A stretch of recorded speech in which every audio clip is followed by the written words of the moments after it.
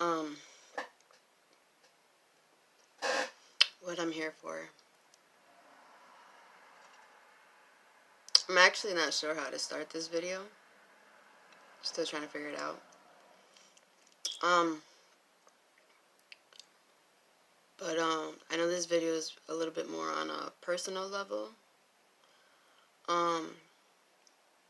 So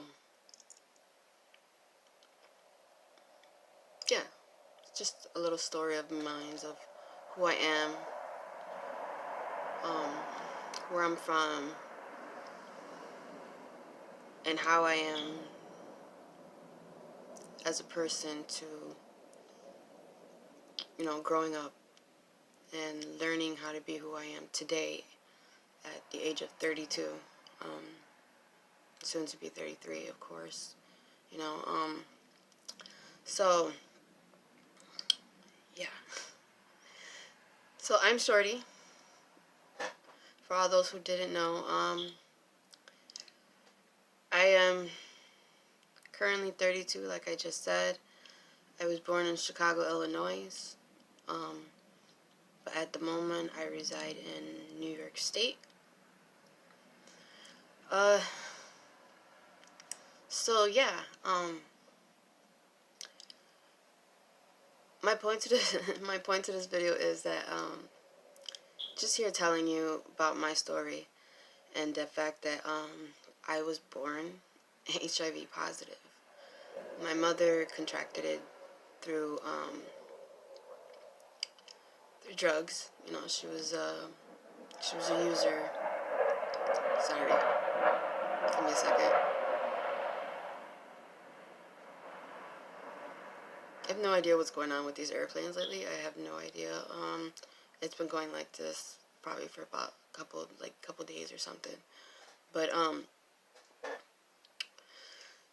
yeah, she contracted it through needles, I believe, from what I was told. She was a heroin addict.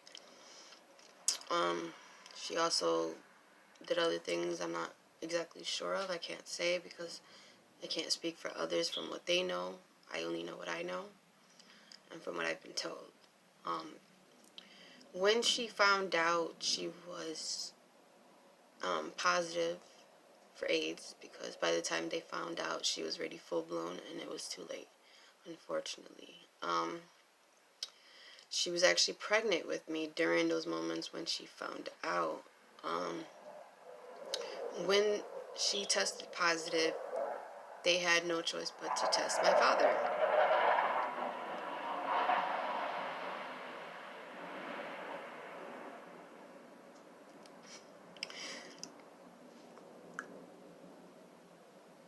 But yeah, they tested my father, and he also ended up being positive. So percentage of it being high, of me being born positive, yeah, it was very high. According to my grandmother, who is my father's mom, she said that I might have not been born positive if it wasn't for the fact that something about the umbilical cord, something happened during the birthing process that either she's not really sure if it was birth, like completely birth, or during the process of birth, of how I got infected. But at that time, it was 1986. So the way technology and all these medicines and regimens that they have nowadays are completely different from back then. So, well, I was constantly getting sick as a baby, so the doctor also suggested that I would probably have a lifespan up to 1 year old, which wasn't completely false at that point, you know. But during those moments when my mother was alive, according, hold on a second.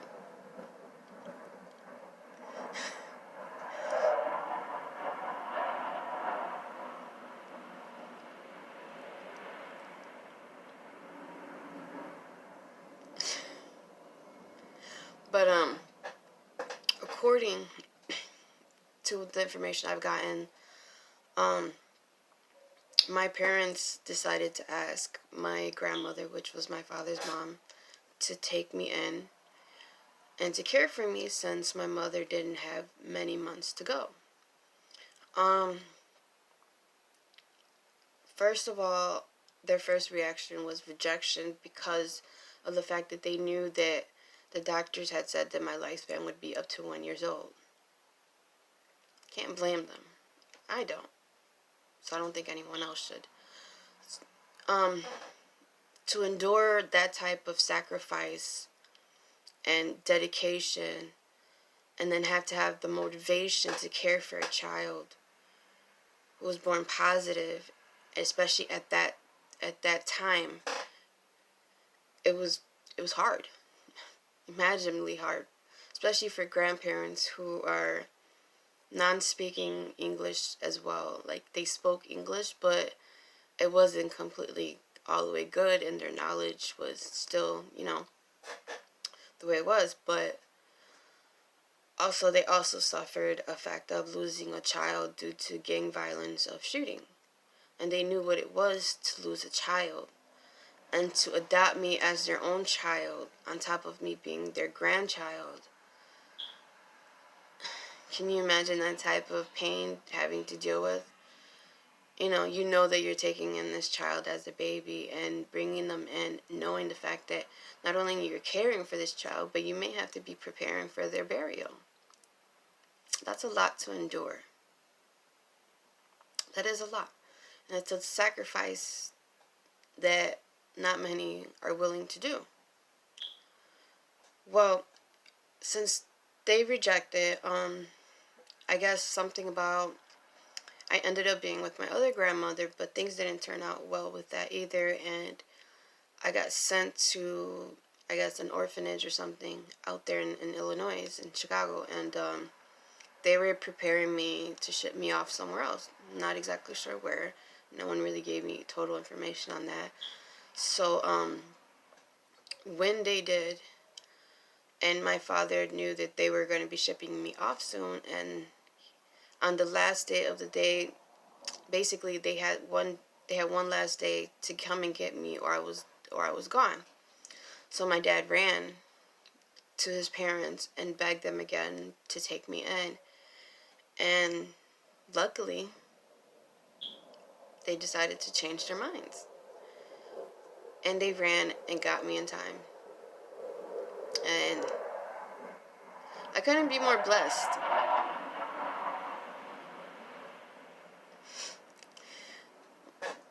Well, yeah, I couldn't be more blessed on that, because they didn't have to. They honestly didn't have to do that, but they chose to do it finally. They had the heart, and something told them to go for it, and I'm glad they did, because I might not have been here. I don't know what my future would have been holding on to if they would have never done it. I have no idea where I'd be at today, rather if it would have been better or worse, or maybe I wouldn't even be here, period, speaking out on this video. So, the fact that they had a change of mind on that, and a heart, a change of heart as well, is just, it's a blessing. I completely thank them in so many ways that I can't even imagine. And unfortunately, my dad's dad, his stepfather, the one who raised him as his own child, and then adopted me. How many people can do that? You raise someone else's child, and then when they get older, they have their own child, and they take in that child as well, knowing the complications, the difficulties, the challenges, the sacrificing, the tears, the pain, everything that they have to endure.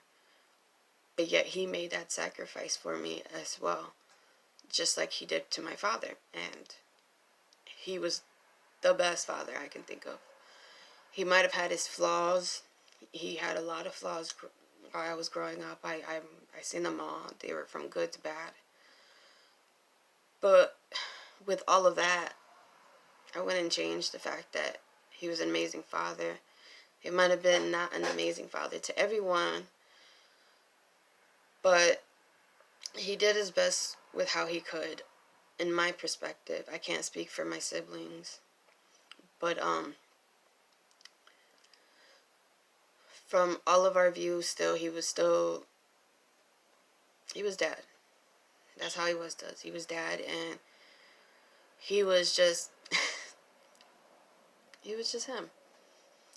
But the fact that they can sacrifice and take that challenge for me,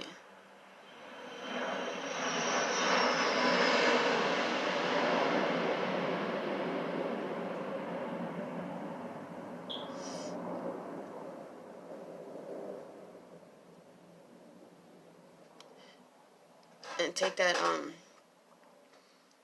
challenge for me, like I said, was a lot. After I did turn one, I did get really ill. I mean, I got ridiculously ill. Even though the fact, that my grandparents were in and out of the hospital with me in the ERs and stuff like that. I got ill to the point where I did end up passing away. How exactly, how can I say?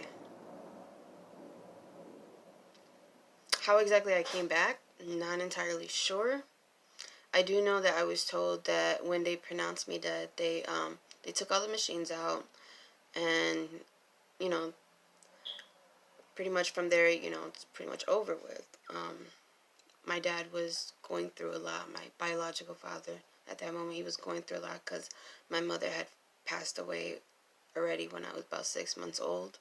So it was a lot to endure on top of losing your own child. You just lost your love of your life on top of your child. What more can you go through in 1 year period? That's a lot. So then I guess he was told that I was alive again, that I was breathing, and he took it as not so well, like, it's not funny, don't joke around, I don't even think this is, but little did he realize they were telling the truth, and I came back. I don't know how, but they said I was gone for at least, I don't know, 20, 30 minutes, something like that.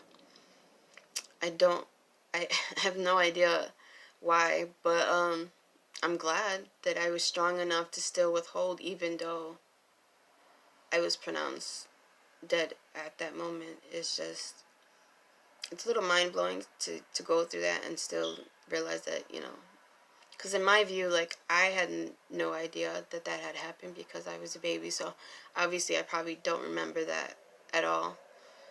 So,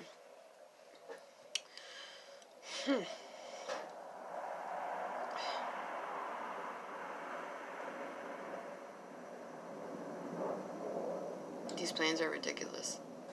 But, yeah. So, growing up, I was constantly in and out the hospital. I remember going always in and out the hospital, talking to, like, the doctors, the nurses. I remember always getting gifts, things like that. They would do their best to keep me comfortable. They would do their best to keep me happy and entertained when I was there, because there'd be moments where I'd be stuck in the hospital for weeks or days or whatever the case may be, depending on how bad I was at that moment, because I suffered a lot of blood loss. So I got blood transfusions a lot growing up. I got a lot of transfusion for platelets and things like that, because my numbers would bounce around constantly. So, and regimens weren't as good as they are now, with the antivirals and stuff. So I was constantly, being sick, feeling ill, sick to my stomach. I suffered from headaches.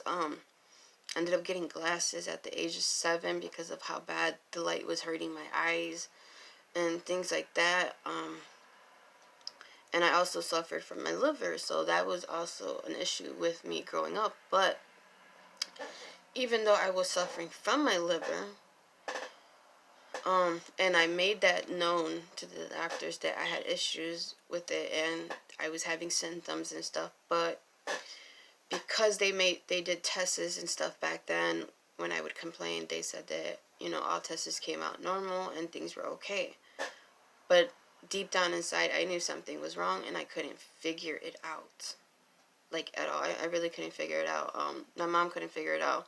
And then it got to the point where doctors were getting to my mom, and it was making me aggravated and annoyed because I knew what I was going through, I knew what I was feeling, and no one could speak for me but me.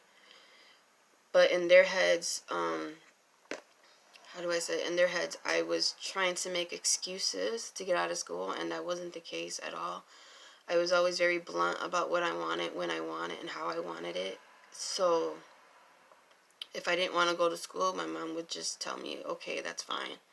At that moment, that's what I used to call my grandma mom, and I still do to this day. And at that moment, I also didn't really know she was grandma. I only knew she was mom until I was like 6 years old. So, but before I get into that part, um, yeah, it's just I can't even. It's been a lot of stuff that I've been through, between doctors not believing me when I felt I was sick. It's been through so many challenges, having to see all of these kids and friends that I grew up with growing up that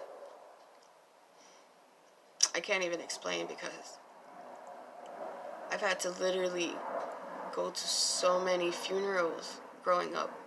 So many friends that I've seen pass away because of this illness. And I wish they were here just as much as I am, and just as much as the other kids who have survived just as well as I have. There's not many of us who have survived from the group that I was in. But there is a good amount of us still. And we're all still living our lives. We're grown people. We're doing what we do. And I'm sure there are more out there who were born positive just like we were, and living full lives, having a family, you know, married and all. I don't know what, you know, I can't say more for others, but I know for me, myself, I'm doing pretty alright. I still have my medical issues. I still have things I deal with right now. So, is my life completely easy? No, I still have some challenges to deal with. I may not be as perfect as as others out there. You know, some of us are better than others. Some of us are worse than others. Some of us are right in the middle where we're okay, but we're not bad. You know, it's all differs on everyone. So, yeah. Well, back to the point of, until I knew that my grandma was my grandma until I was 6. See, I grew up thinking that my dad was my dad and my mom was my mom and my older brother was my older brother. But that wasn't really it, actually. A little bit back up to that story was, one day, my dad would always come in and out of the house constantly whenever he can. He was also always in and out of prison. So I would only see him every time he'd come home from prison, or if unless my parents would take me to go see him. I always realized this connection between me and him, but I never really could figure it out. He had this attachment with me compared to others that was a little different. You know, I observe a lot. I'm very observant. I don't know why, but I just am. So it's probably because of the fact that I had to grow up faster than others, learning how to take care of myself, learning how to, you know, get to it and figure shit out on life. Sorry, I didn't mean to curse. But, yeah, probably because of that and stuff. And, how can I say? Well, I remember him teaching me to draw. I love that, and I draw to this day. I do that as a memory, and also as, you know, just so much. There's so much more to why I do my art to this day. But he's my number one reason to why I am at it to this day. But there was a day where he got sick. I mean, really sick after he got home from prison. Must have been maybe no more than a couple months or something, him coming home and stuff. It was due to, I guess, lack of medical care at the moment or something. I can't really speak clearly for that, only my family can. But he got ill really bad one day, and my mom realized that he wasn't getting up, and he hasn't been up, and it wasn't like him. It was very off and very odd, and it was strange for him not to be moving around and doing what he does, like he always does. He was very, he was very happy, very joyful. He was very joking around, and he was very lively.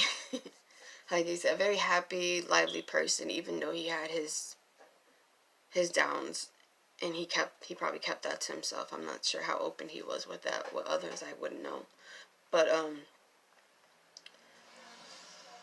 I remember her asking me to go check on him and, excuse me, and to wake him up. See, right here is when I kind of get emotional. So, I'm not very good with my feelings, so that is the reason why I kind of like sit there and hold myself for a second. So when I went to go wake him up, like I said, I don't do like the crying thing and all, but it was in this video I tried my best not to tear up, like a really hard stare. As I gotten older, he couldn't my emotions speak. have become a little bit more. He couldn't move much.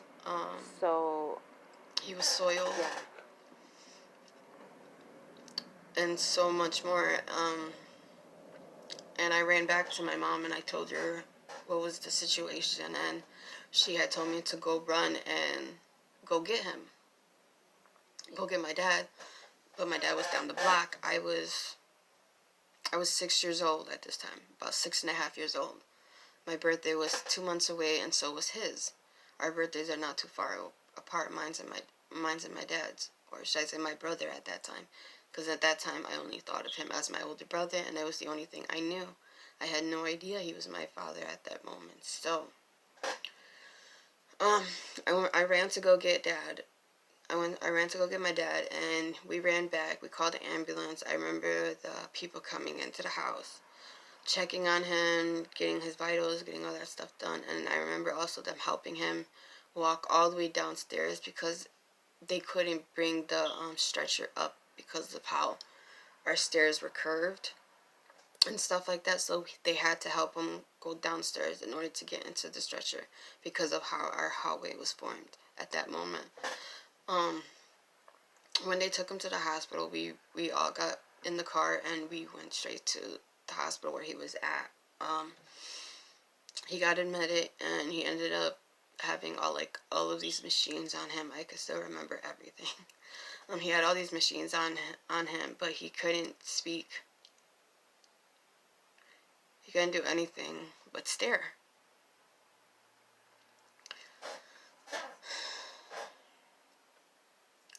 Those are my last moments that I can remember of him personally. After that, we went home, and my mom kept checking up on him from the hospital because she's also trying to take care of me. So it was a lot to handle. But then, she got that call that he was dead. So that was a lot for everyone to handle, honestly. So not only did she lose her first son from gang violence of a shootout that, that shouldn't have never happened to him, and during the process of her son getting shot and killed, they were doing a movie. They were doing a movie on gang violence in Chicago, Illinois, in their high school that they attended at. It was a high school called Clementi High in Chicago, Illinois, and it was a video that they did. I can put down the link below if you guys want to check that link, and check the video also, you guys could see it. And they worked hard on it. Like, they literally did work hard on it. I also have, I think I have, a photo of the newspaper of when it happened and everything. I could probably put that somewhere on this video right here. But, So, yeah, so having to lose her first child from her first husband, because her first husband, my grandma's first husband got killed as well.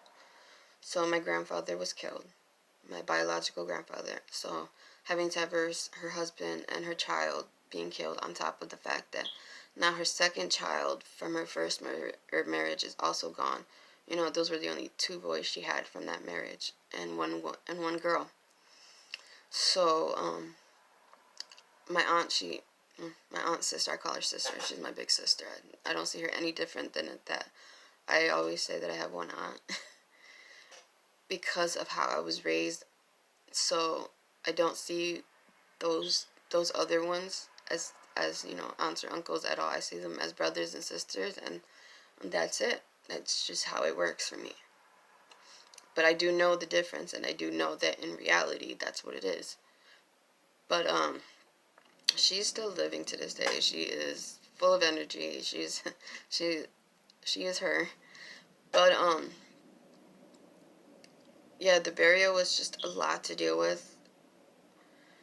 And I remember going there to the funeral and stuff, and I was just, I don't know. I didn't have words for it. I was pretty frozen on emotions. Just, I still kind of go through that where my emotions get frozen. It's something I go through probably because of everything I've been through. So, they asked me to go to my dad's burial, and that's kind of like when I broke down, and I said no. I don't regret it, but in a way I wish I should have gone still, but I just couldn't accept it, I guess, or acknowledge it or something. But it was just something I just couldn't handle at that moment, so I just couldn't go. Mind you, the day I just ended up staying at this lady's house. She was like a good friend of the family, and she knew a lot about me, and she cared about me a lot. And I also remember her dog biting me. I don't know what it was, but that was just not my day at all. Between my father's funeral and then getting bit by a dog later on that night, it was just like, ugh. But yeah, it was just, can't really speak. But so so yeah, I had to do something real quick and come back. But so yeah, after his passing, I remember this lady talking to my mom, and they were telling her that they needed to tell them that they needed to tell me the truth about what was going on with my older brother and things like that.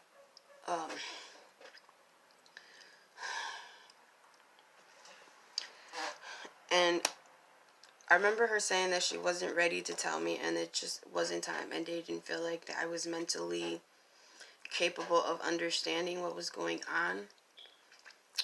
But before that conversation happened, prior to that, I remember overhearing someone saying I was adopted, and that was when I was, that was somewhere back in when I was 5 years old. I had overheard one of my older brothers telling this lady down the street that I was adopted.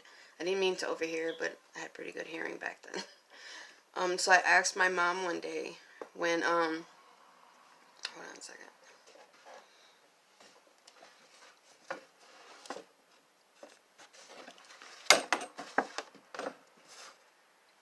There we go. So I asked my mom one day about what he had said, and she had said that it wasn't true.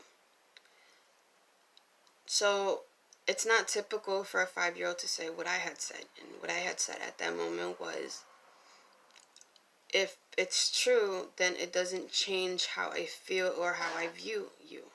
At the end of the day, you're still my mother, and that's not going to change.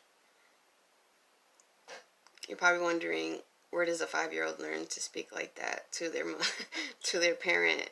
You know, how do they even have that knowledge? Mind you, I watch a lot of shit. Sorry, I tend to curse a lot. But I watch a lot of stuff, and I also grew up a lot with grown-ups. There wasn't really kids around like that.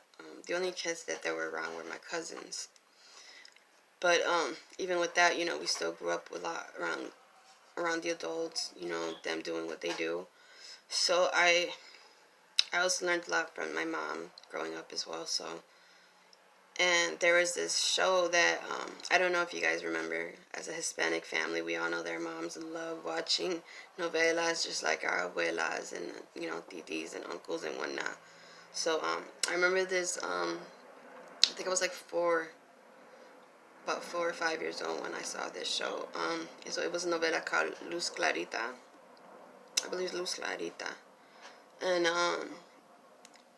she was, I believe, adopted or something like that.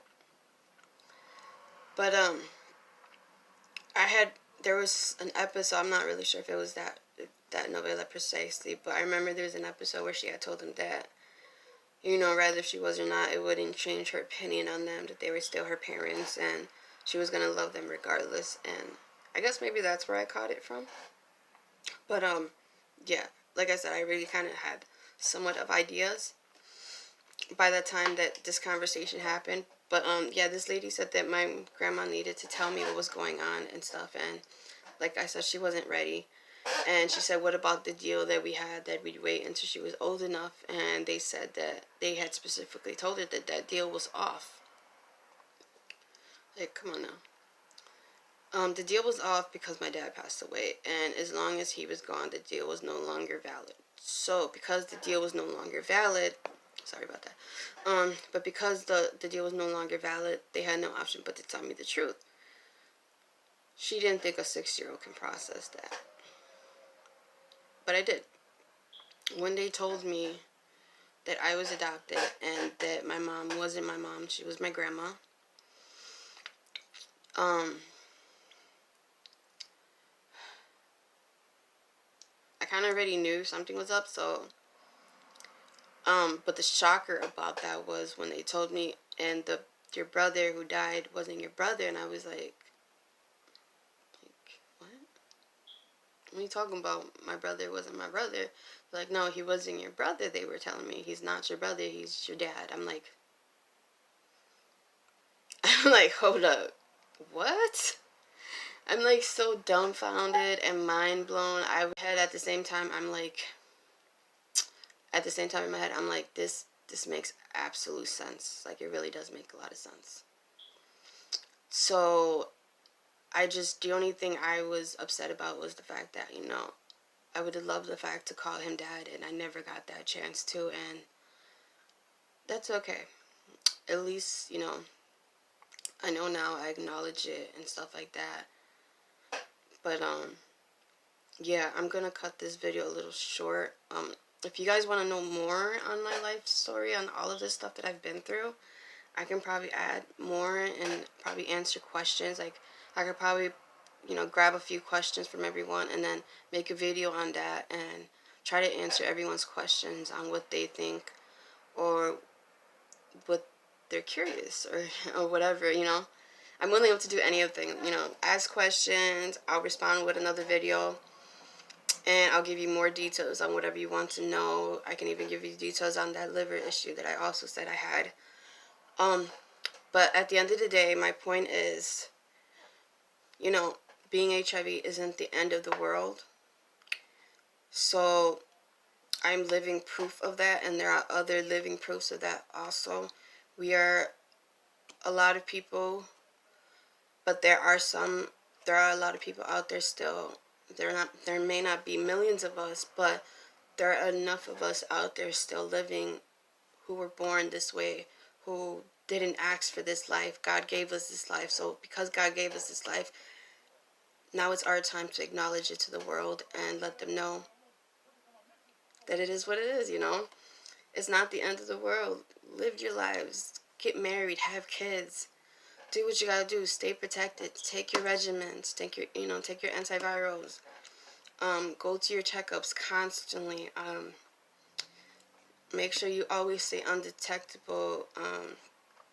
But just live your life. Don't let it consume you, because you're more than just that. you are. Even though this is us and this is our life and this is who we are, because this is how our life was chosen for us, not the other way around. Our best is to try to support those who are still going through it right now. Try to be there for them. Try to answer their questions. Try to help them out as much as you can, because there are a lot of you guys who have been tested positive lately. Even from today or yesterday or months ago or years ago or whatever. Just know that it's not the end. Keep going forward. Keep doing what you got to do. We are. No reason why you shouldn't. So stay protective. Use your condoms if you use them. I don't suggest unprotected sex at all. But if you know the risk and you're willing to do the risk, those are your own options. Those are your own opinions. I don't suggest it, but it is you.